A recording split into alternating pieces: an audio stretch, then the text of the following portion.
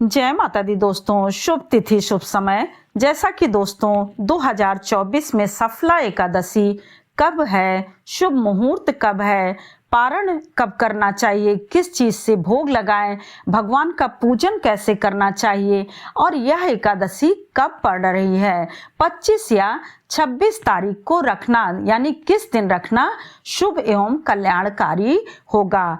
तो पौष मास के कृष्ण पक्ष की सफला एकादशी आपका बहुत सारी इसकी शुभकामनाएं और विष्णु भगवान और कृष्ण भगवान लक्ष्मी नारायण की कृपा सभी पर बनी रहे।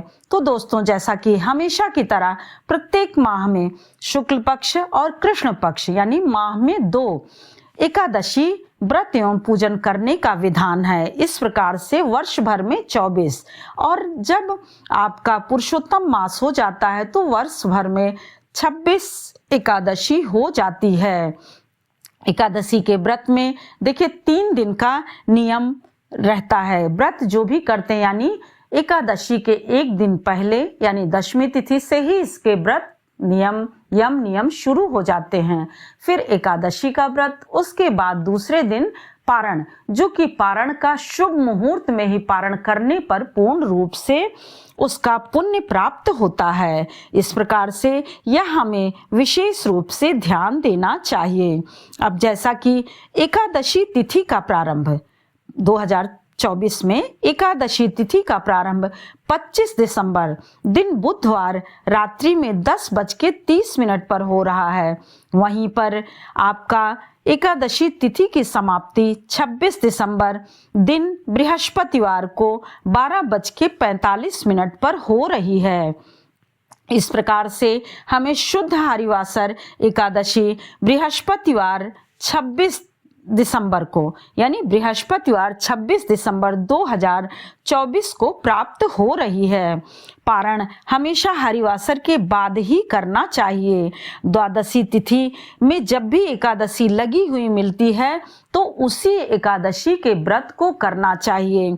और हमारी द्वादशी तिथि का प्रारंभ 26 दिसंबर 2024 दिन गुरुवार को रात्रि में 12:46 पर आपकी प्रारंभ हो जा रही है और वहीं पर समाप्ति 27 दिसंबर दिन शुक्रवार को 2:27 पर है। तो इस प्रकार से हमें यह एकादशी का व्रत द्वादशी युक्त प्राप्त हो रही है, जो कि सर्वश्रेष्ठ और उत्तम मानी जाती है।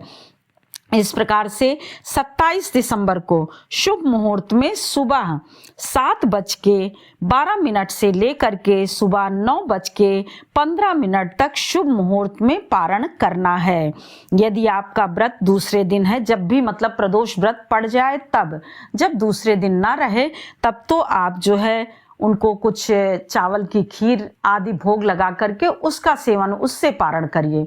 या मान लीजिए नहीं बना पाते हैं तो दूध गर्म कर लीजिए, उसमें मेवे डाल दीजिए, या फिर तुलसी दल और गंगा जल, जब भी दूसरे दिन व्रत पड़ जाए या फिर नहीं बना सकते हैं तो तुलसी दल यानी तुलसी का पत्ता और गंगा जल से पारण करें।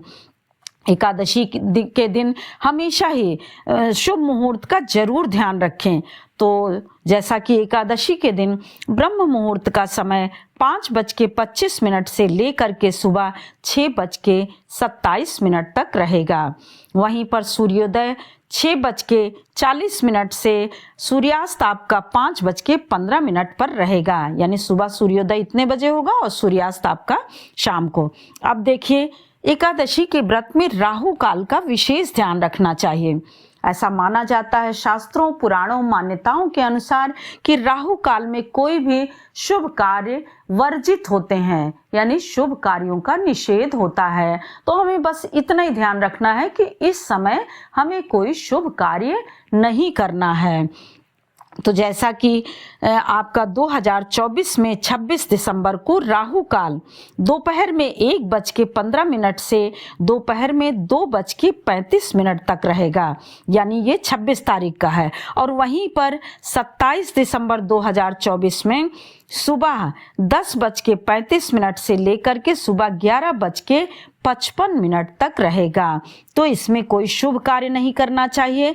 और देखिए, पारण आपका पहले ही इसके कर लेना है, तो हमें इस चीज का विशेष रूप से ध्यान रखना चाहिए। अब देखिए कि जैसा कि इस व्रत में 3 दिन के पूजन में दशमी को आपको चावल का त्याग और भोजन हो सके तो एक बार करिए। और सबसे बड़ी चीज, दूसरे दिन एकादशी का व्रत शुद्ध सात्विक रह करके आप संकल्प ले करके नित्य क्रिया को अपने करके संकल्प लेकर के ही व्रत शुरू करें। अब देखिए, जिसका पहली बार है वो तो संकल्प लेते ही लेते हैं, परंतु आप जो रह भी रहे हैं तो उस दिन के लिए हम संकल्प लेते हैं कि हमारा व्रत विष्णु भगवान श्री कृष्ण भगवान की कृपा से, लक्ष्मी नारायण की कृपा से व्रत सफल हो और शुभ मुहूर्त में ही पारण करें। किसी की निंदा, बुराई, चुगली, इन सब चीज़ों से, तामसिक चीज़ों से बचे। इन सब चीज़ों का हमें संकल्प लेना है, क्योंकि इसी सब की संकल्प से ही हम इन सब को करने में सक्षम हो जाते हैं। जैसा कि देखिए, दिन में तो सोना निषेध है ही और रात्रि में सोने का कोई निषेध नहीं है, लेकिन यदि आप रात्रि जागरण करते हैं तो यह कई गुना हो करके प्राप्त होता है। जैसा कि देखिए, हमेशा से कहा गया है कि सभी देवी देवताओं में विष्णु भगवान, सभी मनुष्यों में ब्राह्मण को सर्वप्रथम पूजा या माना जाता है, सभी नागों में शेष नाग को, और पक्षियों में, सभी पक्षियों में गरुड़ को, और व्रतों में एकादशी के व्रत को माना जाता है।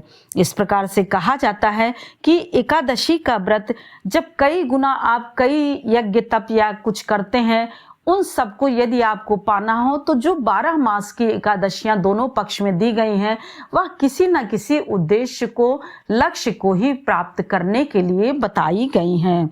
तो आप अपने अनुसार, जैसा कि इस एकादशी का नाम सफला एकादशी है, तो यह एकादशी सभी प्रकार के पापों का नाश करती है, अरिष्ट को काटती है। और यह अक्षरशः सत्य है कि इस व्रत को जो मन, वचन, शुद्धि, श्रद्धा एवं विश्वास के साथ रहता है, वह व्यक्ति बहुत ही ऊंचाई एवं सफलता को प्राप्त करता है।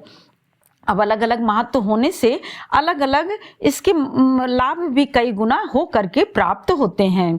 इस प्रकार से इस एकादशी का पूर्ण रूप से लाभ उठाएं, विधिवत भगवान की पूजन करें, किसी चालीसा का पाठ करें, मंत्रों का जप करें, और यदि हो सके तो आप श्री कृष्ण वासुदेवाय नमः, मतलब जो भी आपको लगे, आपको जो भी अच्छा लगता है, श्री कृष्ण गोविंद हरे मुरारे, जो भी आप, कोई भी सरल से सरल चीज़ें आप कर सकते हैं।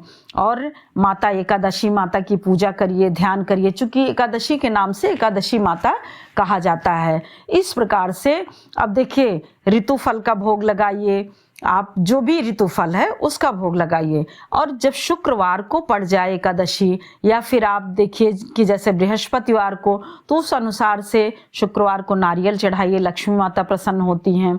मिश्री और गुड़ सूखे मेवे का भोग लगाइए। और मुख शुद्धि के लिए पान सुपारी नहीं है तो लौंग इलायची जरूर भोग लगाइए। अक्षत के रूप में हमेशा तिल का प्रयोग किया जाता है, वह चाहे सफेद हो या फिर काला हो। भोग में तुलसी दल डालना बिल्कुल भी ना भूलिए। और द्वादशी को पूजन के बाद जो भी हो, आप शुभ मुहूर्त में पारण करिए। इससे आपको एकादशी का पूर्ण रूप से लाभ एवं फल प्राप्त होता है। जय माता दी दोस्तों, फिर मिलते हैं एक और नई जानकारी के साथ। तब तक के लिए लाइक करिए, सब्सक्राइब करिए और बेल बटन जरूर प्रेस करिए, जिससे कि नोटिफिकेशन सबसे पहले आपके पास पहुंचे। और यदि यह जरा भी सहायक हो तो कृपया शेयर करना बिल्कुल भी ना भूलें, क्योंकि आपके लाइक, कमेंट और शेयर करने से ही हमारे मनोबल बढ़ते हैं और हमें आगे बढ़ने का मार्ग प्राप्त होता है। शुभ एकादशी।